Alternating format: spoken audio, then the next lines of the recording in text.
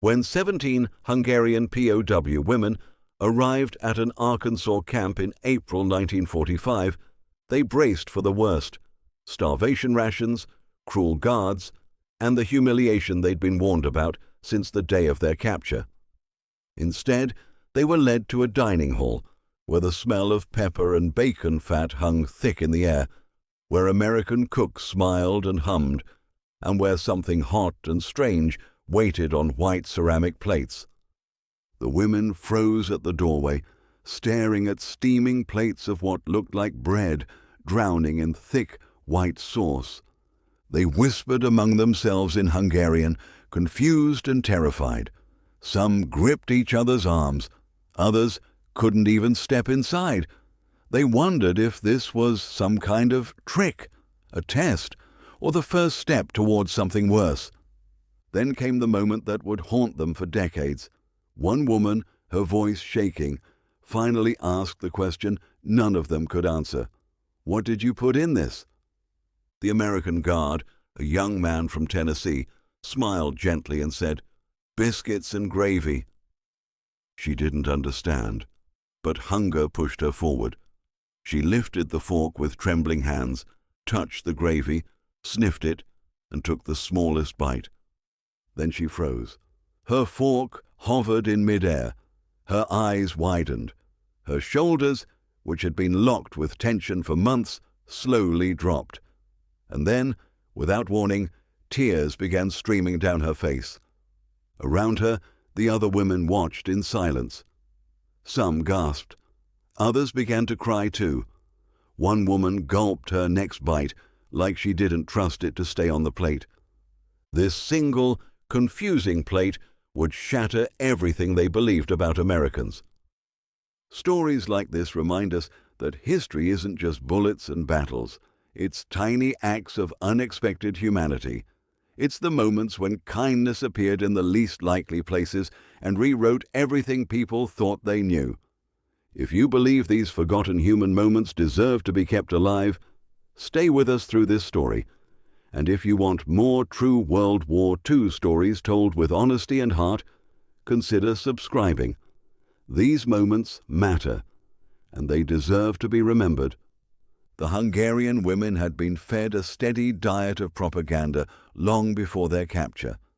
They'd been told Americans were savages, that American soldiers stripped POWs of dignity, starved prisoners on purpose, tortured women for sport, and humiliated you at every opportunity.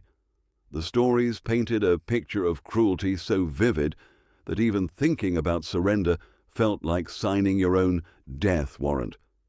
These 17 women weren't hardened soldiers. They were clerks, radio operators, and medics, support staff caught in the chaotic collapse of Axis forces in Austria during the final weeks of the European War. They had operated behind the lines, translating messages, treating wounded soldiers, filing reports. They had never fired a weapon in anger. But now they were prisoners.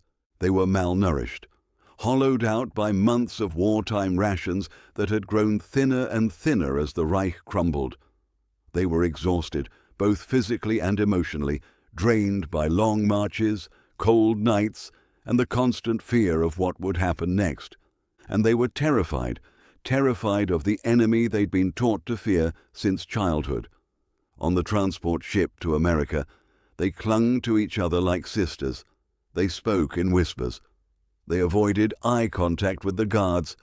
They moved through the days in a fog of grief and dread, waiting for the punishment they believed was inevitable. Their silence felt heavy, like mourning.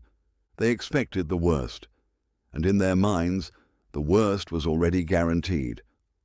When the trucks finally ground to a halt in rural Arkansas, the women stepped out into warm spring air and morning dew glistening on grass that looked impossibly green. The camp stretched before them, neat rows of barracks, organized pathways, American flags snapping in the breeze, buildings that looked stable, not makeshift, not cages, not dungeons. It looked orderly, almost peaceful. The Hungarian women exchanged glances, confusion flickering across their faces. This didn't match the stories. This didn't match the fear. As they were led through the compound, they noticed other contradictions piling up, one after another. Instead of shouting, they heard calm voices. Instead of rifles pointed at their faces, they saw cooks humming in aprons. Instead of punishment details and forced labor, they saw a dining hall with windows and warm light spilling out. One woman whispered to another, "This must be a trick." Another nodded, "No one treats prisoners like this." They had been taught that kindness was a lie, that generosity was a trap, that any softness shown by the enemy was simply the calm before the storm. So when they were told they'd be fed breakfast, they didn't believe it. When they were told they could rest first, they didn't trust it. When they were led toward the dining hall and smelled something rich and savory drifting through the air, they assumed it was for the guards, not for them. Their internal monologue ran in circles. This is temporary. This is a test.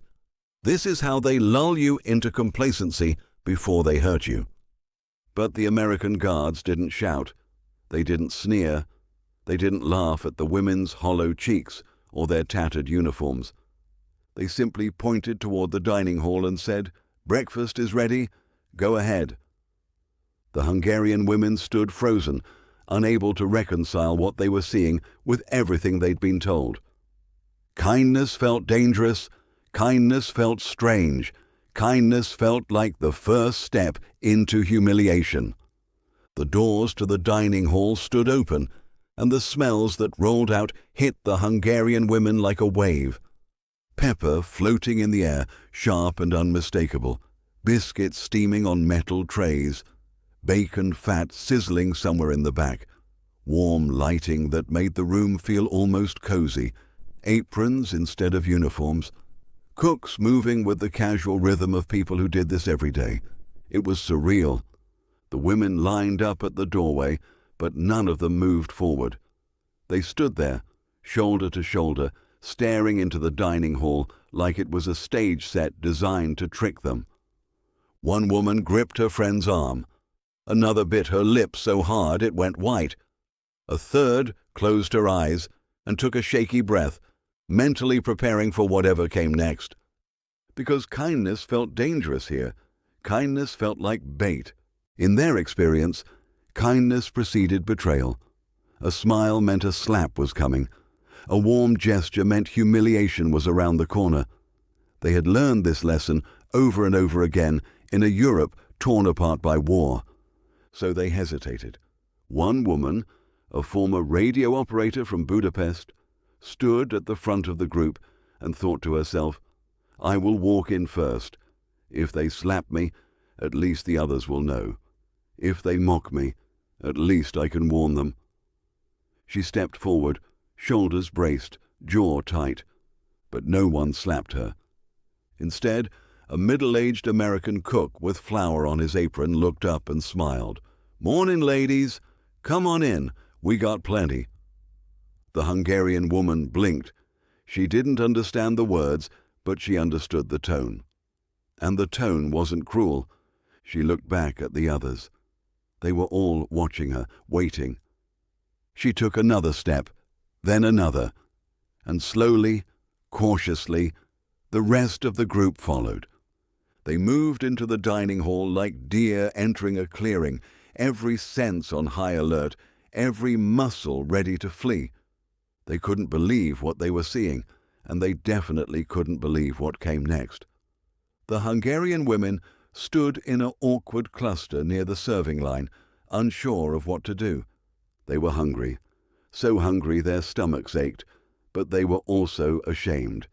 Ashamed to ask, ashamed to admit need, ashamed to appear weak in front of the enemy. One woman, a 19-year-old clerk named Esther, finally gathered the courage to speak. Her English was broken, her voice barely above a whisper. She approached one of the American guards and asked hesitantly, "Could we Have leftovers?" The guard, a young corporal from Kansas, looked at her, then at the cooks, and then he laughed. But it wasn't a cruel laugh. It wasn't mocking. It was surprised, almost delighted. "Leftovers?" he repeated, still grinning. "You'll get a fresh plate, ma'am." Esther stared at him, not understanding. "Fresh?" she echoed. "Yes, ma'am." Fresh.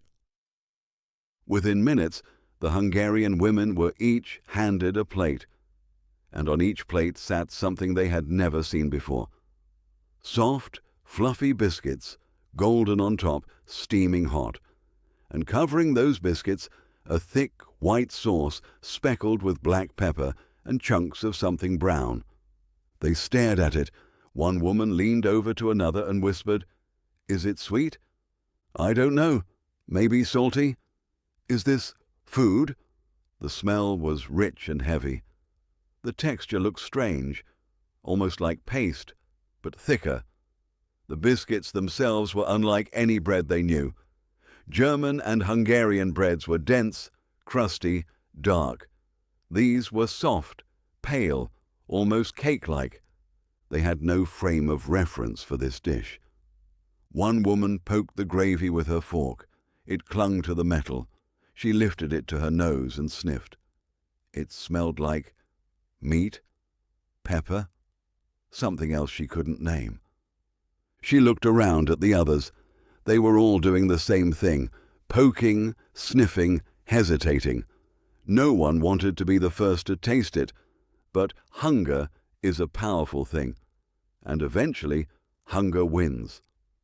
Esther, the young clerk who had asked for leftovers, was the first to lift her fork. Her hand shook slightly. She touched the gravy with the tines of the fork, watched it cling, then brought it slowly to her lips. She sniffed it once more. Then, with every eye in the room on her, she took the smallest possible bite. And she froze, completely froze. Her fork hovered in midair. Her eyes widened. Her mouth stopped moving. For a long, terrifying moment, the other women thought something was wrong, that the food was poisoned, or spoiled, or some kind of cruel joke. But then Esther's shoulders began to drop. The tension that had locked her body for months started to melt. Her eyes filled with tears, and she blinked rapidly, trying to hold them back. She took another bite, this one bigger, and then another. Around her, gasps rippled through the group. One woman whispered, "Esther, what is it?" Another said, "Is it safe?" Esther didn't answer. She couldn't. She was too busy eating, her fork moving faster now, scooping biscuit and gravy together, barely pausing to breathe. That was all the other women needed to see. One by one they began to eat, and one by one they froze too, forks trembling, eyes widening, shoulders relaxing, tears beginning to fall. Some of them cried quietly, their faces wet, but their expressions soft. Others gulped their next bites like they didn't trust the food to stay, like someone might take it away at any moment. One woman, a medic from Debrecen, later described it in a letter home.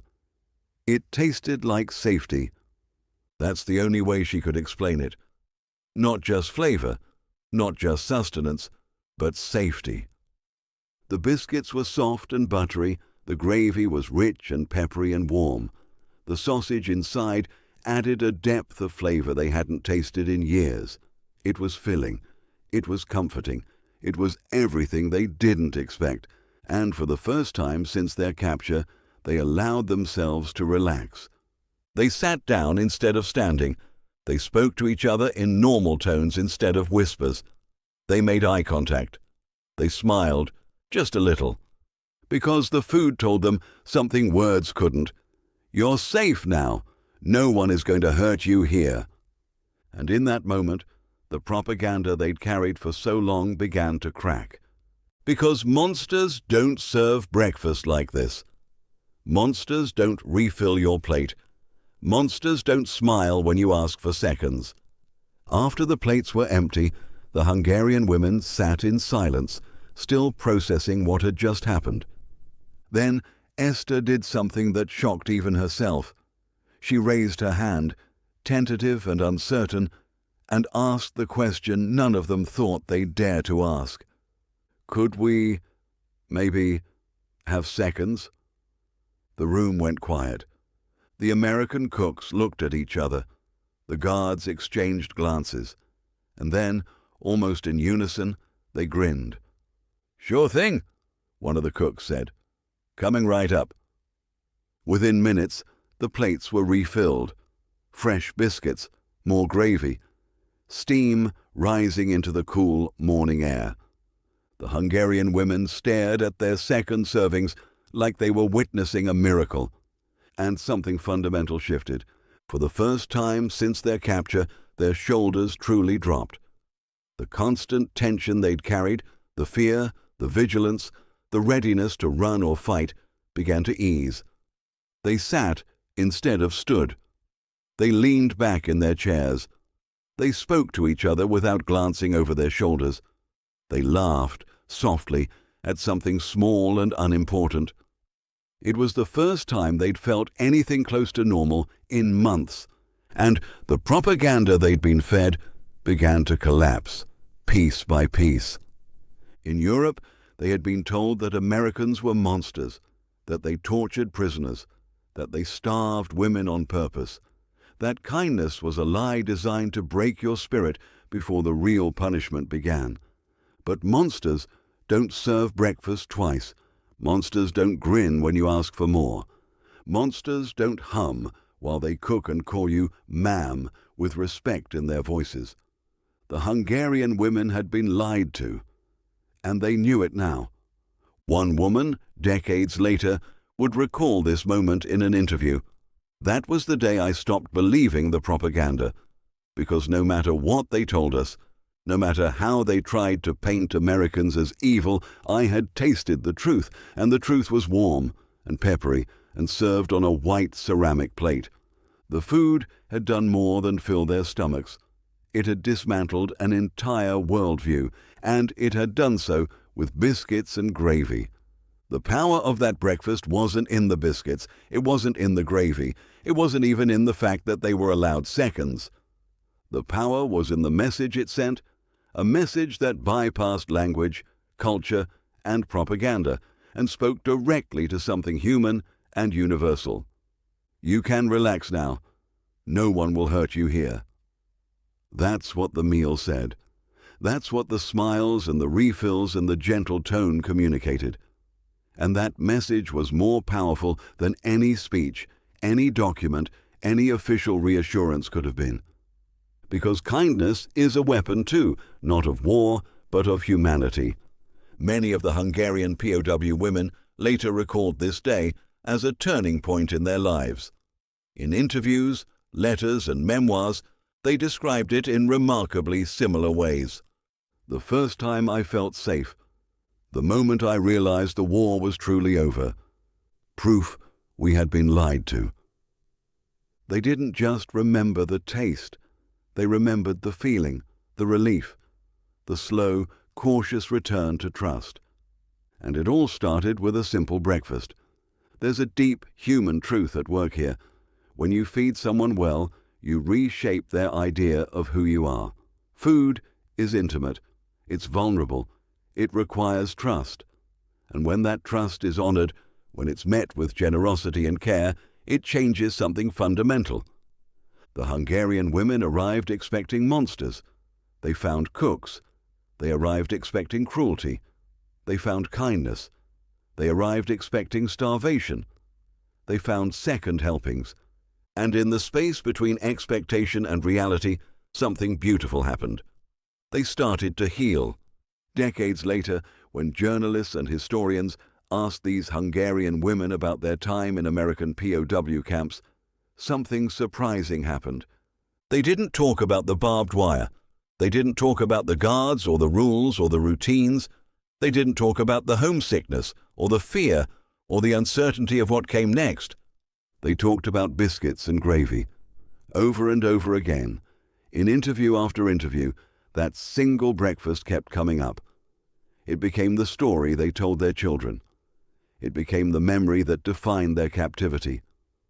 "I'll never forget the first time I tasted American biscuits and gravy," one woman said in a 1989 oral history. "It was the strangest thing I'd ever seen, but it was also the kindest thing anyone had done for me in years." The historical significance of this moment goes far beyond food.